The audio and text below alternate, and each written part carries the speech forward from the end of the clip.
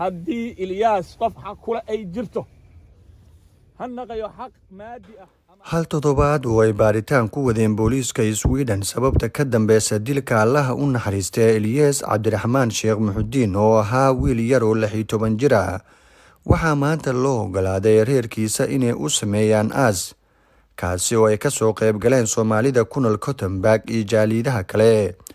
taas oo soo afjartay noloshii Urdunka u ahayd Ilyas iyo hamigii fogaa ay ka lahaayeen reerkiisa waxa uu ka mid noqday tirada dhalinyarada Soomaalida ee sanadkan lagu dilay Sweden kuwaasi oo sanadba sanadka kale ka sii badanaya aabaha dhalay Ilyas Sheekh Cabdiraxmaan Sheekh Muxudiin Cali ayaa ka hadlay goobtii lagu aasay wiilkiisa anigoo taagan fi as'ab al-maqam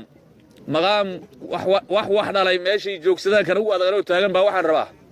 anoo mir qabo fiyo inay raado dhiiga wiilkayga cafis baa ka tihin adduunyada ma haysto aakhirana yalkeed waxaan rabaa wiilkayga Ilyas inay iraahdo wiilkaygiyow fariintii aad ii dhiibto tiri dhiigayga ha u dambeeyo dhiig wiil dhalinyaro ah ama gabadh dhalinyaro ah ee xaq darro loo daasho ha u dambeeyo aad tiri aabe waan gaarsiinayaa magacaaga lagu daadimay dhiig insha Allah dhalinyarada waxaan rabaa inaan iraaho isdilaysa ay kana khaasatan ilaahay ka cabsada joojiya waxaad wadaan ha u dambeeyo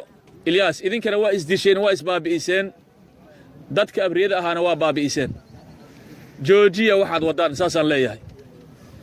ilaahay naga sabar siiyo waxaan rabaa inaan ilaa dhiiga Ilyas kama qiimo sareeyo kama qiimo liito wiilashii Soomaaliyeed iyo muslimiintii xaq darrada loo dilay dhiigooda ku qiimaya waxa xanuun ah in maalin walbo dhalinyarada Soomaaliyeed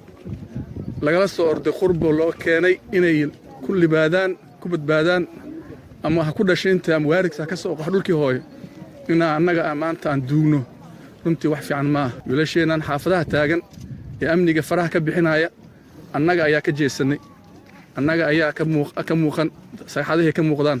haddii maanta aan u soo baxno qalbiga aan ka shaqaysiino qalbiga isku keenno waxaan aaminsanahay inaan ka guuleysan karno booliiska Sweden waxay baaritaan ku wadaan falkan cidii ka dambeysay waxaana ay ka hadleen in wax badan ay ka qaban doonaan weerarada soo laabtay ee lagu dilay dhalinyarada Soomaaliyeed ee ku nool Sweden. Elias var en omtyckt person av familjen, utav släkt och vänner, utav sina klasskamrater. Och han hade goda framtidsutsikter att klara sig och göra fint här i samhället. doorka siyaasiyiinta ee matasha bulshada kala duwan ee ku nool halkan ayay dadku inta badan aad u dhaliilaan taasi oo hoos u dhigi karto kalsoonida lagu qabi karo wax ka qabashada kiiska Ilyas iyo dilalka kale ee soo laabtay anigu waxaan deganahay xaafadda Ilyas oo ku dhintay waxaana u fadhiyaa siyaasiyan xaafadda Ilyas oo ku dhintay waxaanan xoog saari doonaa runtii aanan discussion oo muhiim ah aan ka wada yeelan doonaa Ilyas sababta uu ku dhintay iyo waxa lagu dilay iyo kuwa ka dambeey doona iyo dadkii dilayna in la helo marka waxaan rabaa inay bulshadana isdajiyaan